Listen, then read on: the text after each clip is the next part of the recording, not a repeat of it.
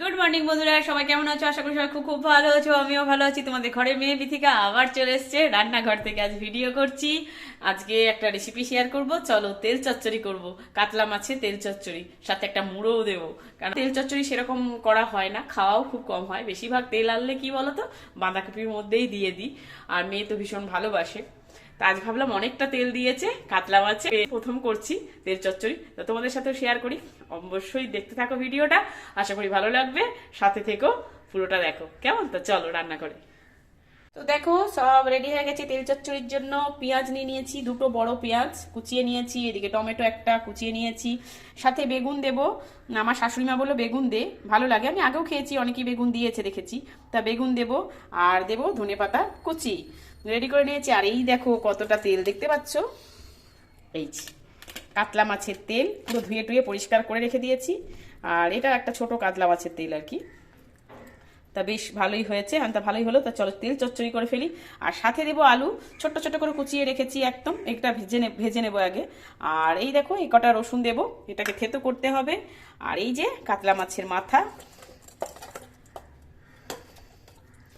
মাথাটাকে দু টুকরো করে দিয়েছে।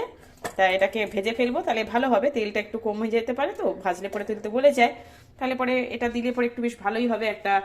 তো চলো, কড়াইয়ে তেল দিয়ে দিয়েছি, সর্ষের তেলে করব এটা। আর গ্যাস জ্বালিয়ে দিয়েছি অলরেডি, গরম হতে শুরু করে দিয়েছে কড়াই। আর এদিকে আগে আলুটা ভেজে নেব। তার জন্য আগে নুন টুন মাখিয়ে ভেজে নেব আলুটা। ভেজে রাখলে সুবিধা হবে, গলে যাবে না, যেহেতু ছোট ছোট করে কেটেছি। তা দেখতে থাকো, আর কি কি মশলা দিই সেটাও তোমাদের সাথে শেয়ার করব। আশা করি তোমাদেরও খুব ভালো লাগবে। আর অনেকেই পছন্দ করে তেল চচ্চড়ি খেতে। তা আমার মতো একবার করে দেখো, আশা করি তোমাদের খুব ভালো লাগবে।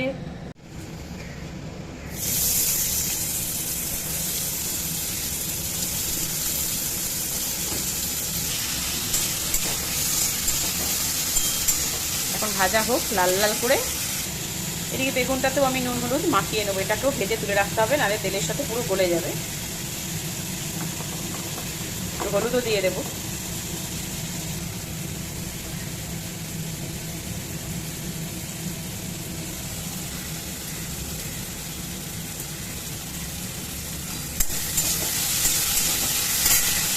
তো দেখো আমার আলুটা লাল লাল করে ভাজা কমপ্লিট হয়ে গেছে। এবার এটাকে তুলে নেব, তেল ঝরিয়ে ভালো করে। তো আলুটা তুলে নিয়েছি, এবার বেগুনটা ভাজবো। এই তেলটার মধ্যে বেগুনটা।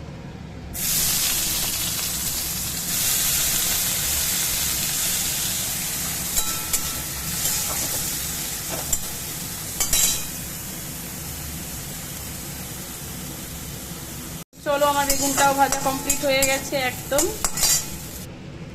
কড়াইয়ের মধ্যে এবারে তেল দিয়ে দেবো, কেননা মাছের মাথাটা ভাজতে হবে। খুব বেশি পরিমাণ তেল দেবো না, মাথাটা ভাজার মতনই দেবো, কারণ ওটা থেকে তো তেল বেরোবে। তাই অল্প তেল দিয়েই করছি।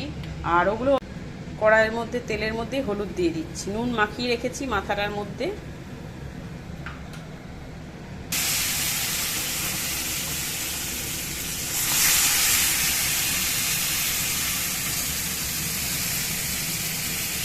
তো চলো, মাথাটা আমার ভাজা কমপ্লিট হয়ে গেছে। আমি একটু ভেঙে ভেঙে নিয়েছি, তাহলে যাতে কাঁচা ভাব না থাকে, সেই জন্য। এবারে মাছের মাথাটা আমি তুলে নেব, ভেজে নেব। তারপরেই মশলার সাথেই তেলটা দেব। বেশি খুব একটা দিলাম গেছে। এবারে একটা বড় শুকনো লঙ্কা ফাটিয়ে নিলাম, দুটো তেজপাতা দিয়ে দিলাম। আর এই যে গোটা গরম মশলা থেতো করে রেখেছি, এটা দিয়ে দেবো। একটু ভালো করে ভাজতে দেবো। তো আমার বেশ ভাজা হয়ে গেছে, গন্ধ বেরিয়ে গেছে। এই অবস্থাতে আমি পেঁয়াজটা,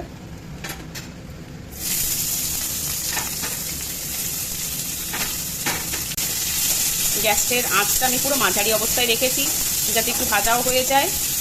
আর বেশি দিলে আঁচ পুড়ে যাবে। তাই এটা একটু ভাজা হোক। এই অবস্থাতেই আমি একটু নুন দিয়ে দেবো। নুনটা তোমরা তোমাদের স্বাদ অনুযায়ী দেবে, তাহলে পেঁয়াজটা একটু নরম হয়ে যাবে।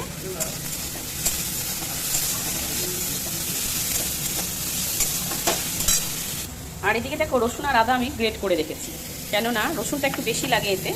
আদাটা একটু অল্প পরিমাণে দিয়েছি, এটাকে আমি গ্রেট করে নিয়েছি। প্রায় একটা গোটা রসুন দিয়েছি এতে, একটু কম। এই অবস্থাতেই আমি রসুনটা আর আদাটা দিয়ে দেবো। দেখো, খুব একটা বেশি তেল দিইনি, যেহেতু মাছের তেল থেকে তেল বেরোবে অনেকটাই, তাই একদমই কম তেল দিয়ে পেঁয়াজটা জাস্ট ভাজার মতন করেছি। এই অবস্থায় এবার আমি হলুদ দিয়ে দেবো, আবারও হলুদ দিয়ে একটু ভালো করে মশলাটা ভেজে নেব।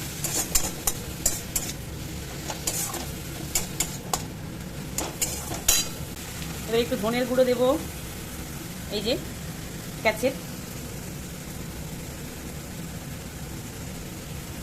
প্রায় 1 চামচের মতনই দিলাম, একটু আন্দাজ করে দিলাম, চামচ তো আর নিইনি, তোমরা চামচের মাপে দেবে। লঙ্কার গুঁড়ো, সরি আগেরটা জিরে গুঁড়ো ছিল বুঝলে, এবারে আমি ধনের গুঁড়ো দিলাম, সবই ক্যাচের। ভালো করে মশলাটা আবারও ভালো করে ভেজে নেব, মশলাটা যত ভালো ভাজা হবে তত ভালো হবে।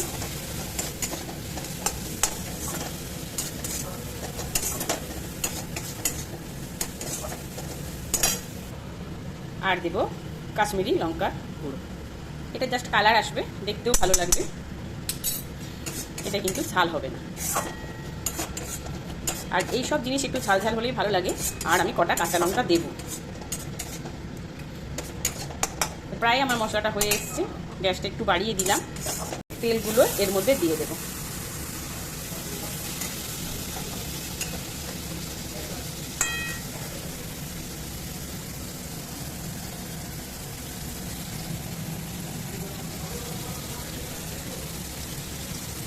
কেমন তেল ছাড়তে শুরু করেছে দেখো, এই জন্যই আমি তেলটা একদম কম দিয়েছিলাম, তাহলে বেশি তেল হয়ে যাবে ওই জন্য। আর মশলাটাও একটু ভেজে নিয়েছিলাম, তেলটা আগে ভেজে রাখিনি, কেননা তেলটা তো বেশি গলে যাবে, যাতে গলে না যায়, আর মশলার সাথেই তাহলে গলবে তেলটা, ভালো লাগবে খেতে। ওই জন্য আমি মশলাটা একটু ভেজে পাশে সরিয়ে রেখেছি দেখো, আর এরকমভাবে তেলটাকে ভেজে নিচ্ছি। সুন্দর একটা কিন্তু গন্ধ বেরিয়ে গেছে আমার মশলা থেকে। এরপরে আমি সবগুলোকে একসাথে নাড়তে শুরু করে দিলাম মশলার সাথে।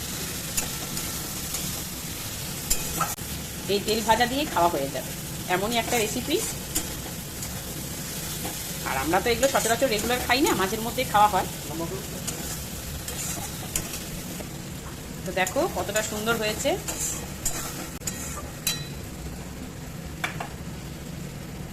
এই অবস্থাতেই আমি মাথাটা দিয়ে দেবো এর মধ্যে।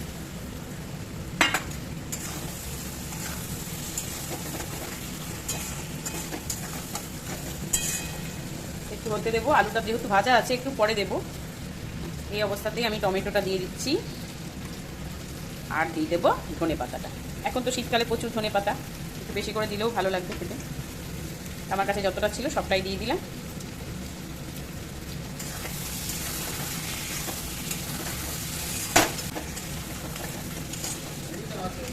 ওইরকমই হবে।